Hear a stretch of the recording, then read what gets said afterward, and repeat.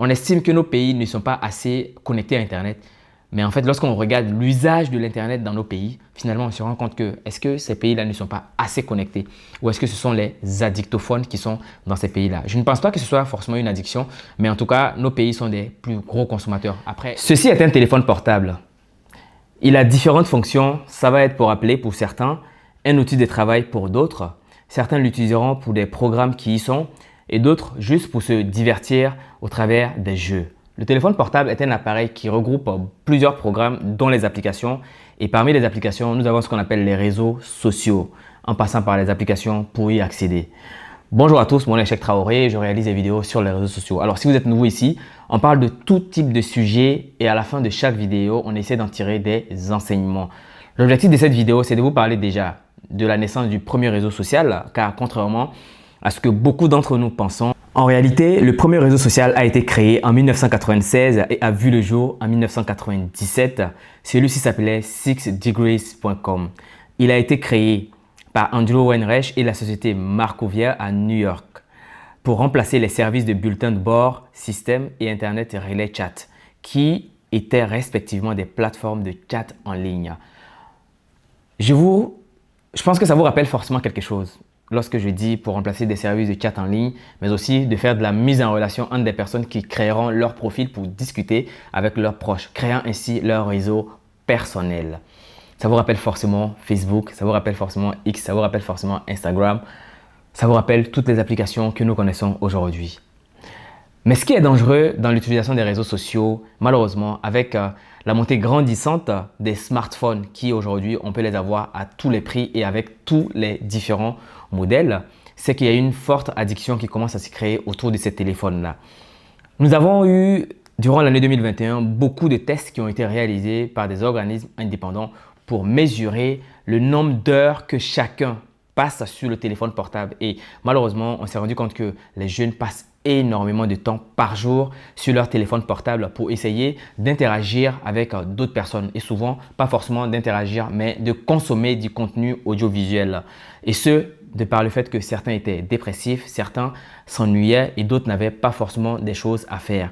Et il y a une dernière catégorie qu'il faut dire aussi, il y a des gens qui avaient des addictions qui s'étaient forcément créées à cause de l'utilisation de ces applications, donc des réseaux sociaux.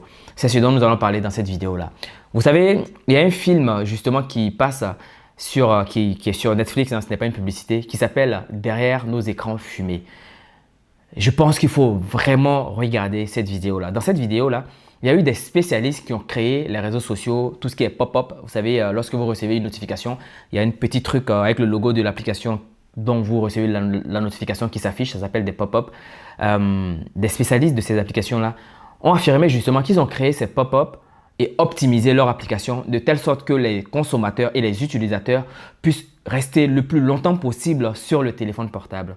N'avez-vous pas remarqué que parfois, durant une certaine heure de la journée, il y a des notifications qui viennent de façon automatique. Parfois, il y a des notifications que vous avez reçues, mais vraiment longtemps. Mais à une certaine heure de la journée, ces notifications remontent sur votre téléphone portable.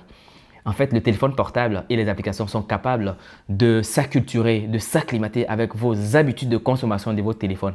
Et si vous passez le plus de temps sans les utiliser, ces applications-là sont capables de vous alerter en vous envoyant des notifications que pourtant vous les avez reçues bien en avant pour dire « Ah, ça fait longtemps que tu ne m'as pas utilisé ». L'objectif de ces pop-up était justement de vous faire passer le plus de temps possible. En fait, de tout simplement acheter votre temps.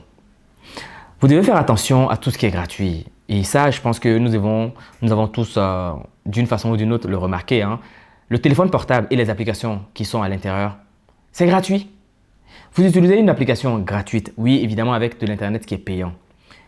Est-ce que vous vous êtes déjà posé la question du comment les applications là font pour avoir de l'argent? Il y a deux possibilités. Il y a aussi ce qu'on appelle de la publicité. Certes, c'est une façon pour les applications d'avoir de l'argent, mais il y a une deuxième chose qui représente le produit. Puisque tous les produits sont vendus sur les réseaux sociaux au travers de ces applications-là, le produit devient aussi vous. Lorsqu'il y a une marchandise qui est vendue gratuitement, alors les consommateurs deviennent le produit. Donc, il faut que vous reteniez que nous sommes tous le produit de ces applications-là parce qu'elles sont gratuites. Et ces applications-là doivent forcément se nourrir. Les utilisateurs, les créateurs de ces applications-là doivent forcément se faire de l'argent. Alors, Moi, j'aimerais vous dire ceci, il faut vraiment faire attention à l'utilisation des réseaux sociaux parce que malheureusement, il y a une forte addiction qui commence à se créer derrière. Il y a des personnes qui sont incapables de ne pas utiliser leur téléphone toutes les 10 minutes, 15 minutes, 20 minutes. C'est impossible pour certains. À partir du moment où vous vous réveillez le matin et que la première chose sur laquelle vous passez le plus de temps est votre téléphone portable, croyez-moi, vous avez une réelle addiction. Maintenant, ce qu'on va faire, je vais vous lister la liste des pays des plus gros consommateurs des réseaux sociaux. Croyez-moi, je pense que vous allez être étonné. Contrairement à ce que vous pensiez, déjà avant de commencer la liste, pour vous, quel est le pays le plus gros consommateur d'Internet et des réseaux sociaux surtout? Ce qu'on va faire maintenant, c'est que je vais vous présenter la liste des pays les plus gros consommateurs des réseaux sociaux. Le premier pays, c'est le Nigeria. Contrairement à ce que beaucoup penseront, ce n'est pas les pays européens ni les États-Unis. Les États-Unis sont même classés bien en dessous. C'est le Nigeria qui est classé premier pays le plus gros consommateur des réseaux sociaux. Et quand je parle de réseaux sociaux, je parle des réseaux sociaux tout confondus. Facebook, Instagram, Twitter, tout ce que vous connaissez comme plus gros réseaux sociaux. Un individu au Nigeria passe en moyenne, je dis bien en moyenne, c'est-à-dire qu'il y a des gens qui passent beaucoup plus de temps possible en fait sur les réseaux sociaux, 4 heures et 7 minutes par jour. Vous imaginez comment ça peut être énorme pour une personne de passer plus de 4 heures et 7 minutes de temps sur les réseaux sociaux. Et ça, je parle de la moyenne nationale. Ça veut dire qu'il y a des personnes qui consomment 6 heures, il y a des personnes qui consomment 7 heures, il y en a qui vont peut-être à 10 heures. En tout cas, ça va dépendre. Ça, ce qu'on donne, c'est une moyenne. Le pays classé en deuxième position, ce sont les Philippines. Les Philippines, avec plus de 4 heures et 6 minutes par jour. C'est énormissime. C'est-à-dire que des individus de ce pays-là décident d'utiliser l'Internet, en tout cas les réseaux sociaux, pendant 4 heures et 6 minutes par jour. Imaginez par semaine, par mois, donc par an. Vous allez voir ce que ça représente. Et donc, si vous représentez cela durant votre vie, finalement, ça représente le quart de votre vie que vous passez sur les réseaux sociaux. C'est énormissime. Et la troisième position, on va avoir le Maroc avec 2 heures 43 minutes par jour et ainsi de suite. Après le Maroc, en quatrième position, on va avoir les États-Unis. Alors, les États-Unis avec plus de 2 heures 14 minutes. Alors, moi, j'avais vu sur un autre site où aux États-Unis, on passait plus de 3 heures 56 minutes. Je pense que ça reflète plutôt la réalité, contrairement aux 2 heures 14 minutes. Voilà. Mais ce sont des chiffres à vérifier parce que là, on se base sur des chiffres de 2021. Je suis reparti un peu en arrière pour être un peu plus réaliste, mais on va faire peut-être une autre vidéo pour prendre des résultats de 2024 parce que les chiffres ne sont pas encore sortis officiellement, mais j'attends que les chiffres soient publiés et en ce moment-là, je ferai une vidéo là-dessus pour peut-être partager en fait les nouveaux chiffres. Mais je pense que les États-Unis, ils ont plus d'1 heure quand même d'utilisation par rapport à ce qu'on a ici. Après, on va avoir en cinquième position la Chine avec plus d'1 heure 57 minutes par jour. Et après la Chine, on a le Royaume-Uni avec plus d'1 heure 48 minutes. Et puis, on a la France avec plus d'1 heure 46 minutes.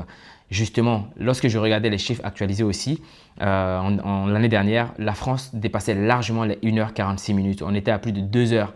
Donc forcément, les chiffres ne sont pas forcément réalistes. Alors, mais en fait, c'est vraiment pour vous donner une vue globale de la manière dont nous utilisons les réseaux sociaux dans nos différents pays. Alors, ce qui est beaucoup plus étonnant, c'est vraiment le Nigeria. Vous savez, on estime que nos pays ne sont pas assez connectés à Internet.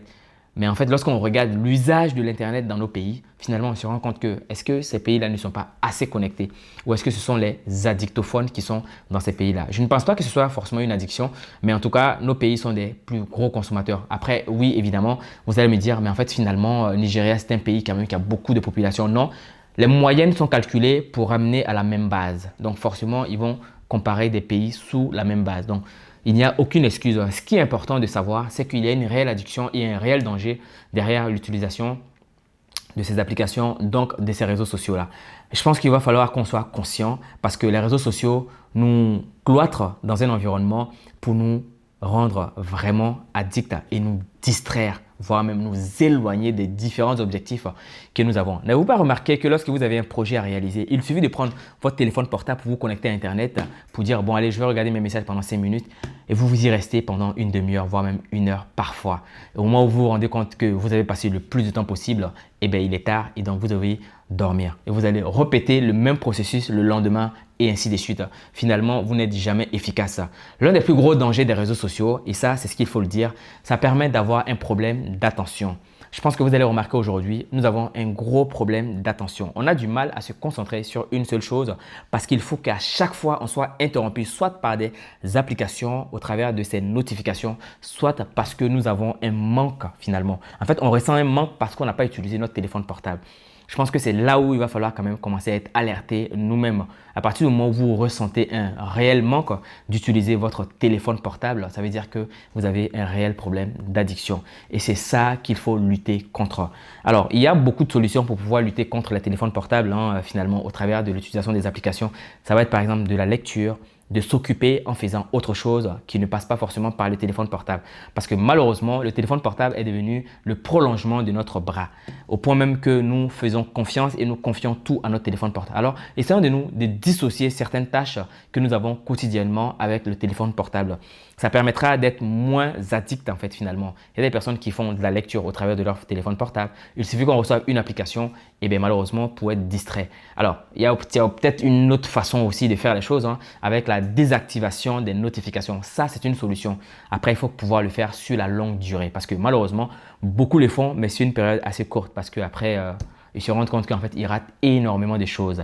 Alors, le fait de rater beaucoup de choses les empêche justement de continuer dans la durée. Voilà un petit peu ce que je voulais partager avec vous aujourd'hui. Qu'est-ce que vous en pensez? Quel est votre usage du téléphone portable? Comment est-ce que vous faites pour lutter contre les addictions via les écrans, tout simplement? On se retrouve en commentaire pour en débattre. D'ici là, prenez soin de vous et de vos proches et ne soyez pas les cobayes du téléphone portable et des applications. À très bientôt. Au revoir.